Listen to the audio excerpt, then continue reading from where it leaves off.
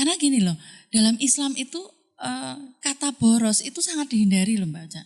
Oh iya? Dan Rasul nggak suka gitu. Kalau kita bicara hemat itu contoh paling nomor satu ya Rasulullah Muhammad ya.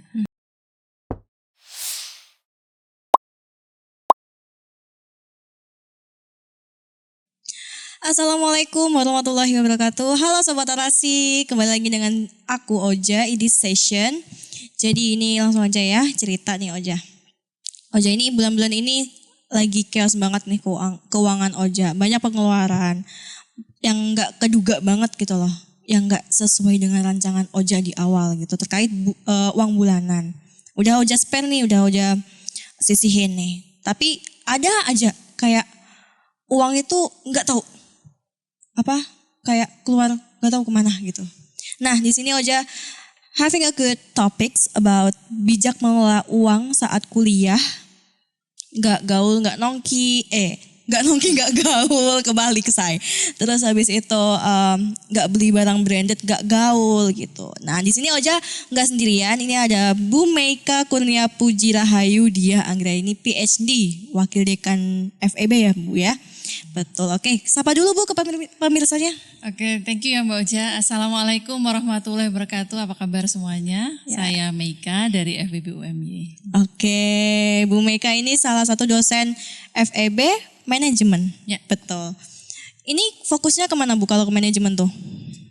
Ada 4 fokus sebenarnya. Kita bicara mengenai keuangan, bicara mengenai pengelolaan SDM, sumber daya manusia, bicara mengenai marketing, bicara tentang manajemen produksi atau operasi. Oke, nah currently Ibu lagi sibuk apa nih?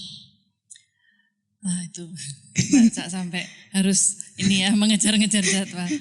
Sibuk kalau sebagai pejabat struktural tentunya sibuk sekali karena saya bertanggung jawab pada pengelolaan SDM dan juga keuangan yang mana itu di UMY sedang happening gitu ya mengenai Monef ya. Oh iya. Ya, gitu. Kemudian yang kedua terkait dengan program studi kami sedang melakukan reakreditasi dengan sistem yang baru yaitu menggunakan lembaga akreditasi manajemen yang baru sehingga sangat sibuk. Wah, sangat sibuk. Sangat sibuk. Padat sekali aja tuannya Bu. Pergi pagi pulang malam. Pagi? Oh enggak.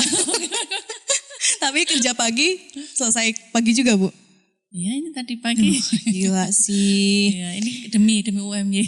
Ya semoga Ibu diberikan kesehatan ya Bu ya. Amin. Terima kasih Mbak Ocha. Nah Ibu nih pasti pernah melewati phase yang mahasiswa sebagai mahasiswa gitu. Ya. Nah bisa ceritain gak sih Bu? Ini kan terkait pengelolaan uang nih. Bisa ceritain gak sih dulu tuh Ibu tuh mengelola uang bulanan saat merantau jauh dari orang tua, segala sesuatu itu Ibu arrange sendiri gitu, itu gimana Bu cara ngatur? Terima kasih. Ini saya akan bicara di masa saya dan kemudian dengan perspektif masa sekarang mungkin nanti ya. Iya. Karena anak saya itu seusia Mbak Ocha. Oh iya, kuliah? Iya sudah mau selesai. Oh berarti semester 8? Iya semester berapa nih? Ganjil 7 ya? 7 ya. Oke. Saya punya pengalaman juga sama dengan yang lain, mungkin pemirsa yang kuliah jauh dari orang tua, kemudian orang tua saya bukan orang tua yang berada atau mampu, adik 3 sehingga harus tahu diri ya. Bahkan kita tidak diminta untuk menghitung kebutuhanmu sebulan berapa sih, enggak. Tapi ayah bisanya kasih sekian, ya. Dan ya itu yang kamu pegang harus survive. Sehingga harus pintar-pintar misalnya ya kalau yang saya alami dulu ya, makan tidak harus 3 kali sehari. Aduh. Lalu itu terjadi dengan saya. Jadi kalau pengen makan enak saya harus berhitung. Oh berarti hari ini saya skip dulu deh makan yang pagi atau yang siang atau yang malam. Itu terjadi dulu ketika kuliah. Tapi hanya 1 semester, kemudian di semester 2 saya mulai berpikir kalau seperti ini maka kebutuhan saya yang lain juga akan terganggu ya kalau hanya bergantung dari orang tua. Maka sejak semester 2 saya sudah mulai berpikir bekerja. Oh, part time kuliah. Waktu itu saya di asisten dosen. Oh. Ya, mulai dari yang pertama grader tuh memasukkan nilai ke dalam sistem atau ke dalam burang nilai. Kemudian di semester 3 saya diberi kesempatan untuk mengajar dan seterusnya. Wow. Dan itu juga berlaku dengan adik-adik saya, karena saya menyampaikan ini nggak bisa kalau kita mau pengen ini. Bahkan kita nggak berpikir ini ya Mbak Ocha, apa misalnya kok beli baju, apalagi tadi Nongki, iya. itu nggak ada itu. Nongki. Selain zaman dulu juga adanya angkringan, tapi memang sangat terbatas. Kami tidak ada spend ke sana, sehingga harus sangat hati-hati ya. Gitu. Kalau ngumpul sama teman-teman gitu Bu, jalan-jalan gitu. Ya kita juga Anak muda banget gitu. Ya kita juga melakukannya, tapi tidak harus, kan pada zaman itu tidak kemudian harus ke sebuah tempat yang mungkin sekarang seperti kafe, prestis ya. Yeah. Kafe itu sebenarnya kan tidak menjual makanan, tapi menjual View. suasana, view, dan itu adalah prestis yang harus dibayar kan. Iya sih. Yang kadang tidak disadari oleh anak-anak muda gitu. Sama dengan anak saya misalnya pamit mau belajar kemana? Ke kafe. Loh kenapa? Esensinya belajar, tapi harus ke kafe gitu ya. Jadi itu yang kemudian tidak hanya untuk anak-anak saya, tapi untuk mahasiswa saya sampaikan bahwa adalah kita harus apa ya tadi sesuai dengan temanya ya, bijak mengelola uang saat kuliah. Itu betul-betul harus dilakukan. Tidak hanya anak yang kos ya, tapi yang di sini tinggal dengan orang tuanya pun kan tidak kemudian uangnya seperti keran ya, tinggal langsung buka. Enggak kayak gitu ya. Nah itu dulu Mbak, monggo. Ibu, nih Oja tuh pernah nih lihat di salah satu platform media sosial terkait pengelolaan uang. Kayak misalkan nih, ini Bapak kasih misalkan berapa ya, 800 ribu per bulan. Nah ada persenan, misalkan 10% untuk menabung, terus habis itu untuk makan itu 50%, iya berarti 60% udahan. Berarti 40% ini nanti untuk kebutuhan kamu yang lain, belanja-belanja kayak gitu.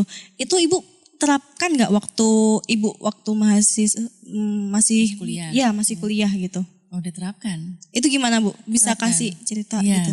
Karena sangat terbatas ya. Artinya ini kalau kasus saya tidak pernah memasukkan yang luxury.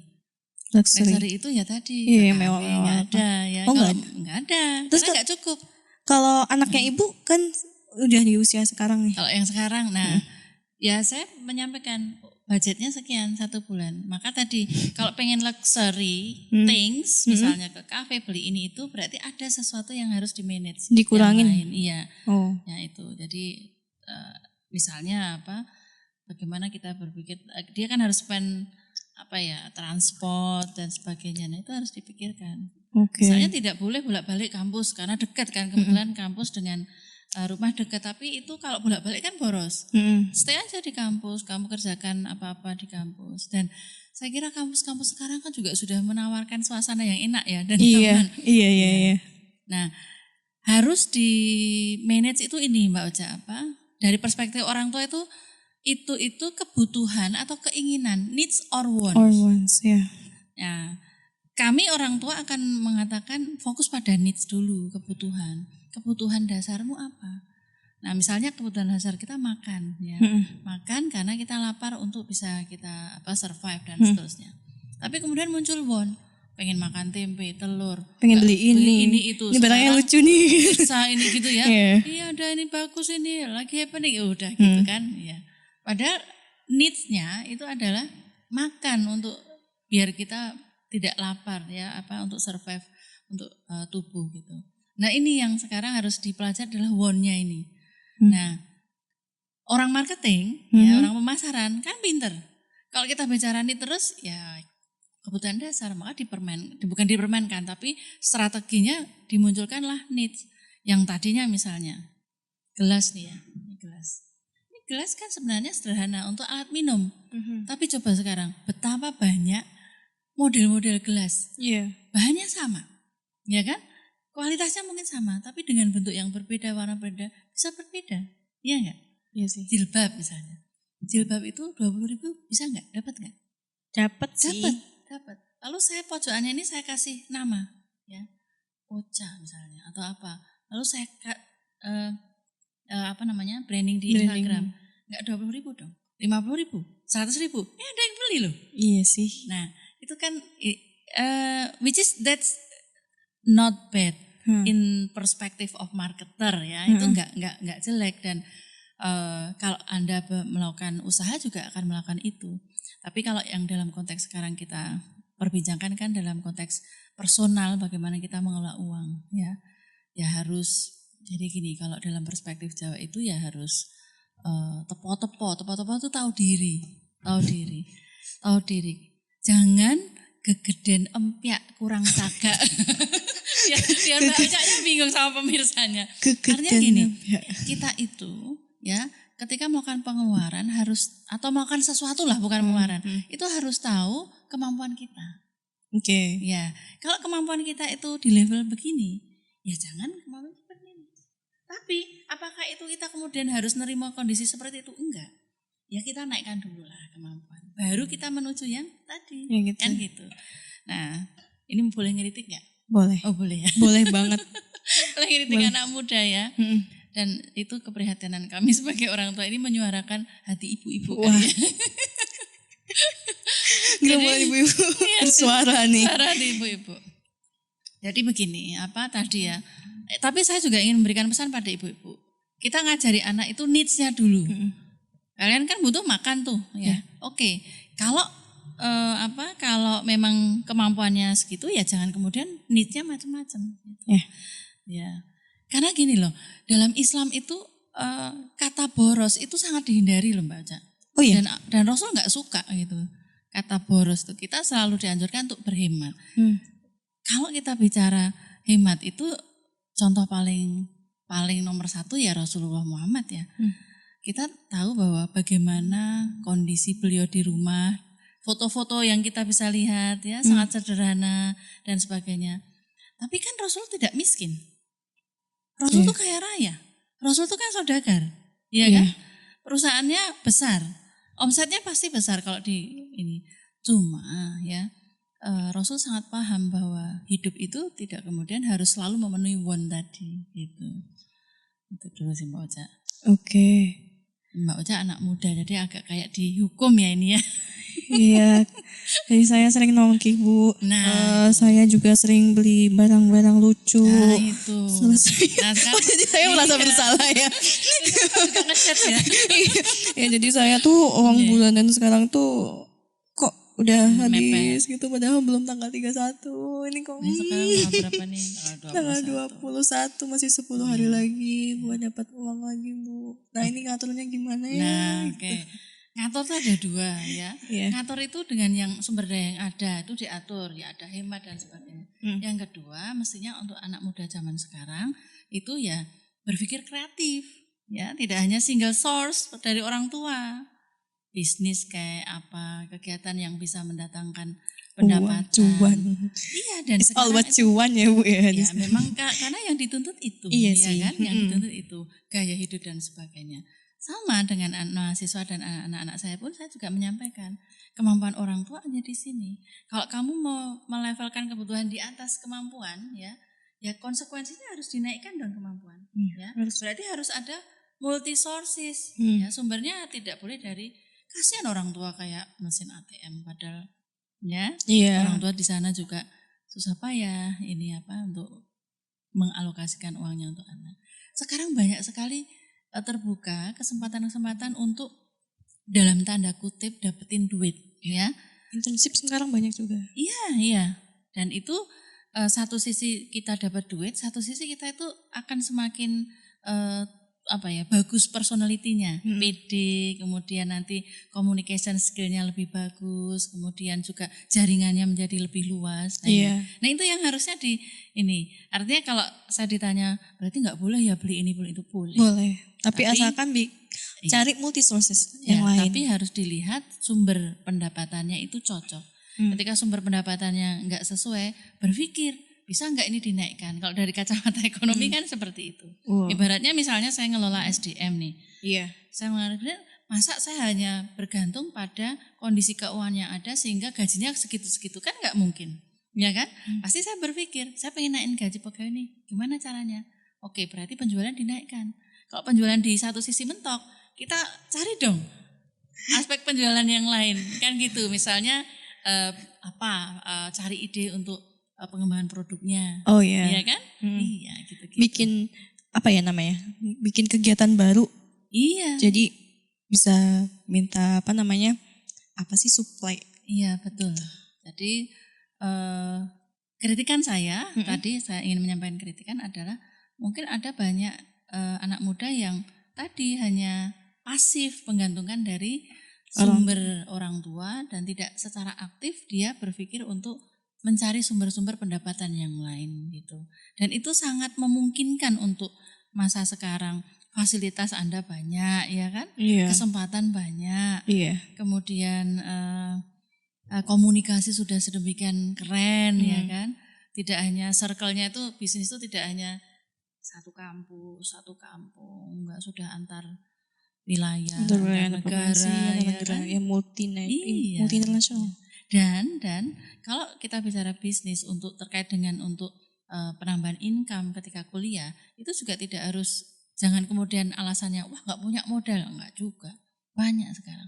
Tapi saya tidak pernah menganjurkan untuk pinjam ya. Pinjaman online nih. Apalagi itu saya nggak pernah. Emang pinjaman online gimana Bu? Yang jelas meminjam itu boleh nggak berhutang dalam Islam, Mbak Oca? Berhutang? Berhutang boleh nggak? Nggak boleh ya? Boleh. Oh boleh. Yang tidak boleh adalah kita melekatkan ada riba kan. Nah itu harus dipelajari. Oh hutang itu boleh ya? Iya. Pinjam itu boleh, hutang tuh boleh. Hutang kan ada akadnya. Akad berhutang kan ada. Berarti bunganya itu nggak boleh? Tidak boleh ada bunga. Oh nggak boleh ada bunga. Kalau saya pinjam Mbak Oca pinjam duit 1 juta ya. Ya. Nanti kembalinya 1 juta. Oh. Harus begitu kalau berhutang dalam uang. Tapi kalau akadnya adalah hutang untuk berdagang nanti dibicarakan. Ya, dibicarakan misalnya Mbak Oca pinjam 1 juta untuk modal usaha saya. Oke, nanti pengembaliannya kita sepakati dari keuntungan yang saya dapat berapa persen untuk Mbak Oca, berapa persen untuk saya. Itu berlangsung apa ya? Seterusan. Ya. Keseterusan atau cuman waktu apa namanya? Waktu ngembaliin aja? Oh ya, waktu dikembalikan. Oh. Ya, nanti gitu. bisa dilanjutkan lagi. Oh. Nah, Islam tuh seperti itu. Islam tuh sangat mengamankan ya, sehingga kalau kita kembali pada tema kita ya, bijak mengelola uang saat kuliah itu satu kita sangat mungkin untuk mengelola dengan teknologi yang ada, dengan manajemen yang sudah modern, dan kemudian tidak terpaku pada tadi ya sumber-sumber yang terbatas. Ya. Oh, yes. Tapi saya ingin pesan dalam konteks kehidupan sehari-hari yang harus diperbaiki oleh anak muda, ini perspektif orang tua ya, itu adalah tahu diri di dalam ngeset need-nya tadi, want-nya ya, bukan need-nya, keinginannya ya. Contoh tadi, kalau mampunya beli jilbab yang harga 20.000 ya enggak apa-apa. Iya kan? Kan esensi utamanya adalah menutup aurat. Iya. Ya enggak? Di dalam Al-Quran atau hadis tidak pernah disampaikan tutuplah auratmu dengan manik-manik misalnya. Itu loh yang sekarang itu ini Mbak Oca. Terus nih Bu, mahasiswa itu kan, terutama mahasiswa ya, mahasiswa itu kan gak hanya kerja juga. Ada juga yang mereka tuh mengikuti organisasi juga. Yeah. Nah kebutuhan organisasi juga banyak. Misalkan beli korsa, atau bahkan biasanya nih Bu, kalau rapat itu di kafe-kafe. Yeah. Nah itu gimana itu kayak? Ya itu gaya hidup yang tidak memperhatikan input. Jadi kalau dalam ekonomi input, proses, output kan. Oh, yeah. Input ini kan penting. Kalau inputnya ibaratnya hanya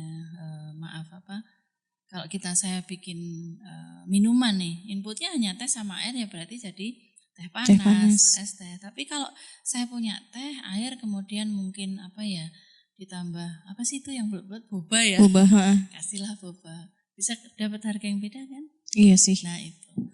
Jadi boleh melakukan itu, tetapi jangan menjadi sebuah gaya hidup paksaan. Iya. Sekali-sekali aja gitu ya. Iya, dan begini, anak muda di usia-usia Mbak Oca ini, generasi Z dan mungkin nanti Alpha, terutama yang Z ya, kan masih 20-an tuh? Iya, 20. Iya. Itu adalah generasi yang baperan. Iya nggak sih? Bener nggak? Iya. Oh iya. Baperan tuh ini bukan kemudian apa itu sedih-sedih enggak, tapi juga termasuk Suka nggak ngambil enak hati. untuk mengatakan tidak. Oh iya. Iya enggak? People pleaser. Very Iya. good. Ya benar ya berarti ya. People pleaser, iya. Berarti confirm ya, seperti itu ya. Iya confirm. Bu. Iya. Nah itu memang harus dikelola. Tidak kemudian, aku kan generasi ini, aku memang begitu. Enggak, itu sometimes itu menjadi kayak jebakan pada kita. Pada situasi di mana kita seharusnya tidak bisa ikut, tapi atas nama pertemanan kita memaksakan diri. Seperti tadi rapat di kafe misalnya. Iya kan? Nah, maka Rasul itu kan pernah dalam hadis tuh menyampaikan bahwa nanti yang ikut aku ya itu kan segelintir orang kecil kan, sekelompok kecil kan. Yang lain seperti buih-buih di laut, umat Islam itu. Ya, Rasul ketika mau meninggalkan menangis ya. Ingat kita, bayangkan bukan ingat sahabatnya loh, ingat kita ya, umatku gitu kan. Itu salah satu yang Rasul khawatirkan adalah besok itu banyak orang mengaku umatku, tetapi dia tidak berperilaku tidak seperti yang Rasul ajarkan. Termasuk tadi berbeda dengan teman-teman dalam hal positif itu sangat disukai oleh Allah dan Rasul. Tapi banyak anak muda yang tidak memilih itu karena atas nama solidaritas, pertemanan. Kok Bu Mega tahu? Sekali lagi anak saya sama nih. Jadi kan nggak enak mah kalau nggak datang. Ya terserah, kalau nggak enak nggak datang ya berarti konsekuensinya tadi kalau dalam hal finansial mengganggu ya berarti itu konsekuensinya. Terus kalau misalkan anak ibu misalkan kayak kayak ngeluh misalkan, mah ini uang bulanannya habis. Nah itu gimana tuh? Ya, Ibu nanggepin. Bertahan sampai tanggalnya. Kejem ya mamanya ya. Terus kalau enggak berhutang dia.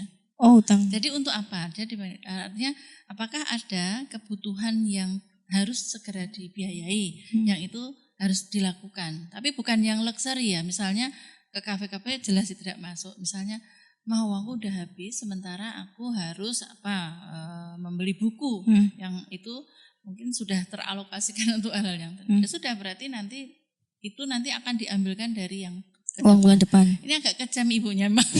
Tapi kalau tidak seperti itu, dia tidak akan pernah belajar.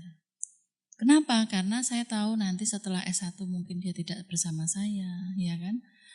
Kemudian kasus yang saya hadapi dengan anak muda itu sudah sangat banyak. Baru aja loh Mbak Oja, mungkin sekitar sebulan yang lalu ada mahasiswa WA, Bunda saya itu nggak punya uang. Loh bayangkan, kok jadi urusan saya ya? Kenapa? Ya ini habis gini.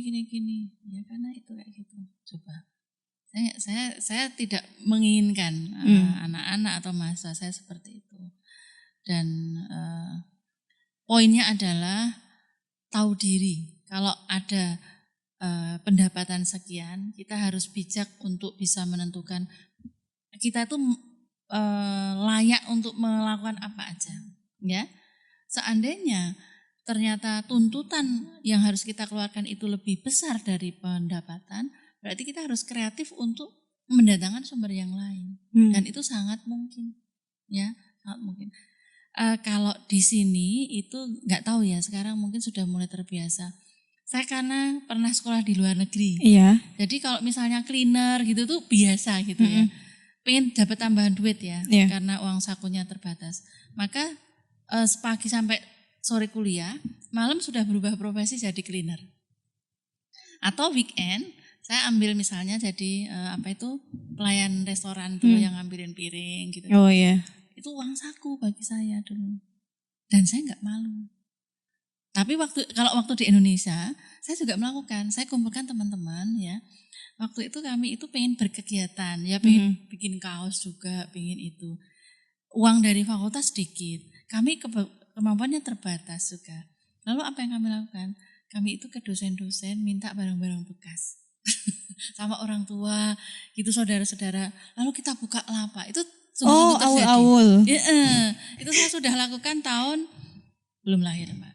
96, 97. Ya, saya sudah lakukan. Jadi Jadi seperti itu. Jadi kita belajar berbisnis dengan itu kecil-kecilan karena nggak gitu. punya modal. Iya. Ya, nggak punya modal gitu. Nah dari situ kan kita punya tabungan nih, pendapatan. Nah dari pendapatan misalnya katakanlah 100.000.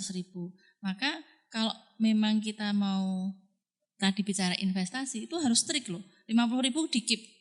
Nah, jangan sampai dibuka-buka terus. Ngintip bentar ya.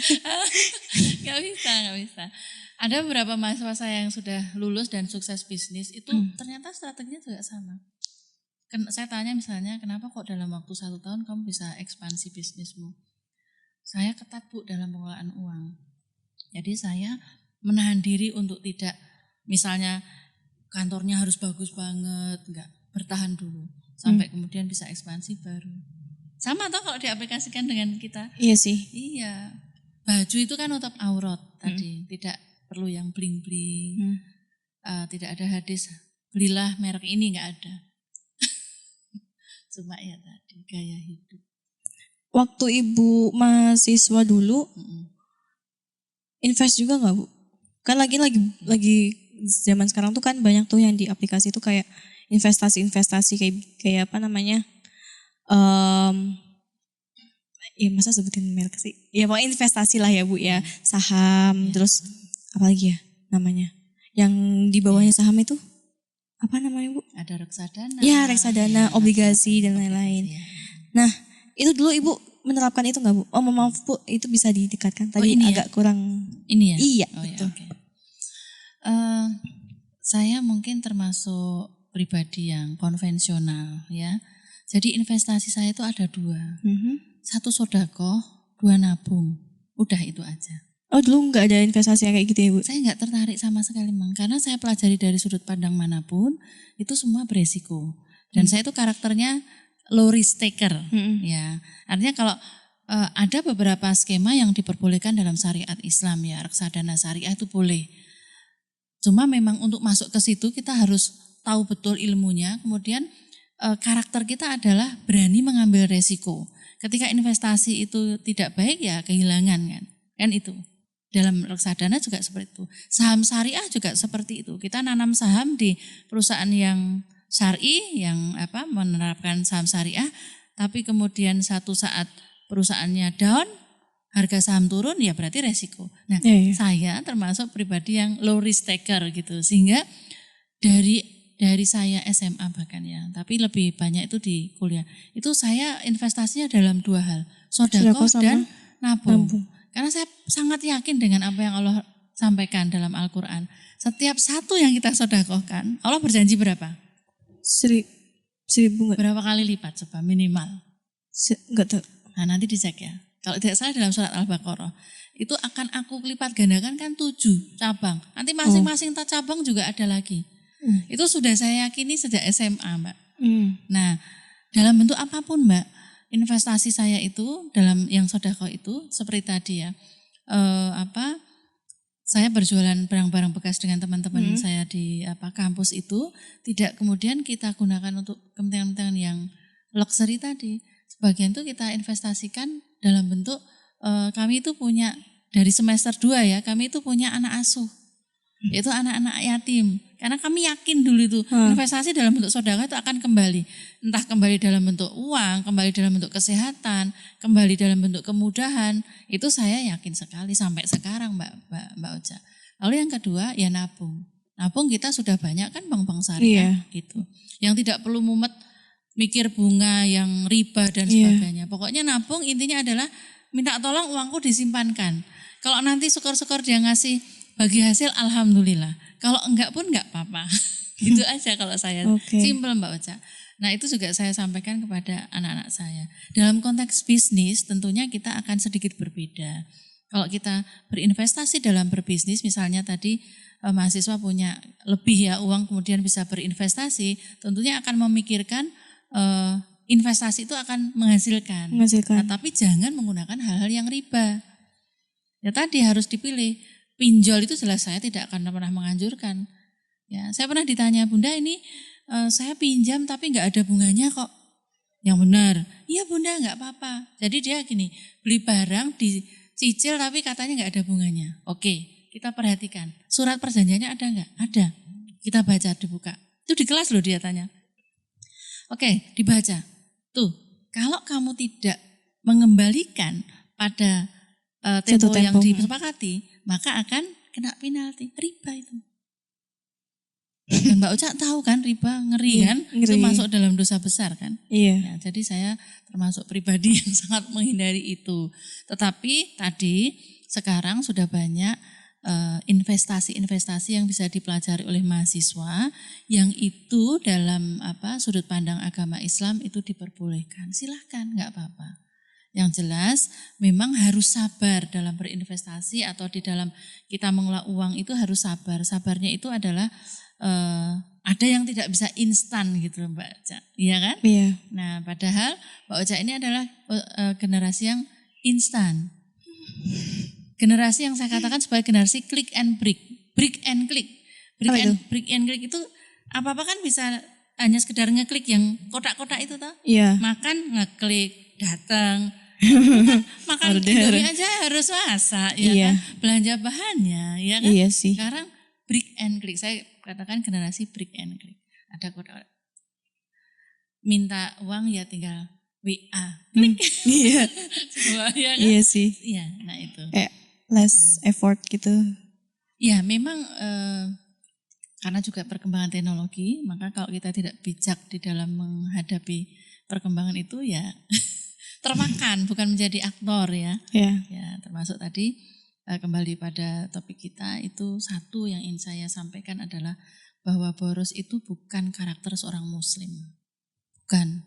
Nah, boros itu adalah perilaku di mana kita melakukan pengeluaran yang tidak sebanding dengan apa yang kita punya kan. Gitu. Tidak hanya dalam uang, dalam energi pun kan kita juga termasuk harus dijaga gitu ya. Yeah. Ya semuanya yang disebut dengan sumber daya harus dikelola dengan bijak. Jadi itu yang harus kita ingat-ingat betul, boros bukan perilaku seorang muslim atau muslimah. Itu harus benar-benar di sini supaya kadang nggak sadar Bu kayak gitu. Nah, ini disadarkan. Iya. Ini Bu Meka, ada itu nggak Bu? Kayak tips alokasi uang untuk mahasiswa gitu.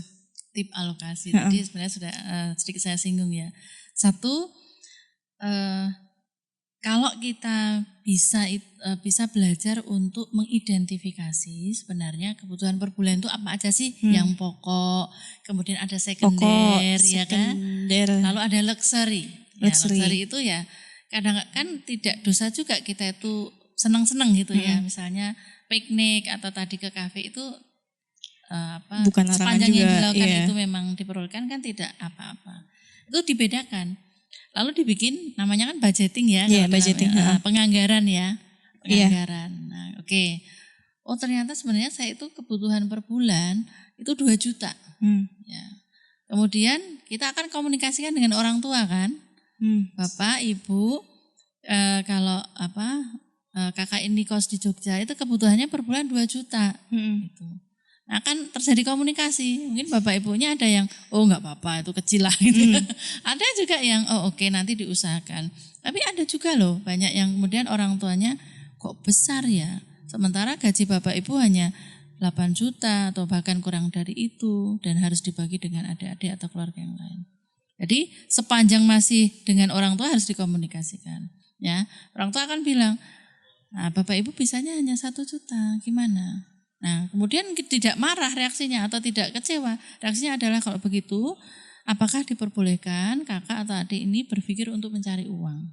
Karena ada sebagian orang tua yang tidak memperbolehkannya. Merasa gini loh Mbak Oca, kok anakku sampai segitu gitu ya. Saya pun dulu minta izin, boleh enggak saya itu ngajar misalnya, jadi asisten. Supaya Bapak Ibu tidak merasa kayak berat gitu loh buat ngasih. Sakit hati gitu. loh, maksudnya kok sakit hatinya itu bukan karena dikecewakan, tapi kecewa dengan diri sendiri. Kok sampai anakku harus bekerja kan gitu. Iya. Padahal sekarang, apalagi sekarang konteks bekerja sambil kuliah itu justru keren gitu ya. Harusnya, nah generasi saya dan sebelumnya harus dipahamkan itu. Bukan karena nuntut ini itu, tapi itu memang sebuah perilaku yang sekarang harus dilatih supaya juga latih mental, meningkatkan motivasi dan seterusnya. Oke Bu, baik. Ini sudah durasinya udah Ternyata selesai gitu. iya, Oke. betul. Jadi konklusi dari perbincangan Oja tadi sama Bu Mega, harus bisa bedain antara needs-nya, kebutuhannya apa aja, terutama kebutuhan pokok seorang anak kos ya Bu ya, banyak juga kayak sabun, makan dan lain-lain itu. Terus kemudian yang kedua sekunder, yang ya nggak apa-apa kalau misalkan nggak dipenuhin juga gitu. Terus kemudian Apalagi yang tertier, yang luxury. yang luxury, kamu nggak berdosa kok kalau misalkan nggak nongki juga gitu. Iya, Gitu. Jadi harus bisa bedain 3 hal itu untuk pengalokasi gimana sih? Bisa manajemen keuangan. Aduh Iya. belibet banget ya. Itu manajemen memanage uang bulanan kita gitu ya. So, jangan lupa ya untuk comment, terus like, subscribe, and share this video and other videos. Gitu. Kita juga punya konten-konten seru juga Bu di channel kita gitu. Terus apa lagi ya? Tonton video-video yang lainnya ya. Jadi aku sama Oja sama Bu Mega undur diri. Wassalamualaikum warahmatullahi wabarakatuh. Waalaikumsalam warahmatullahi wabarakatuh.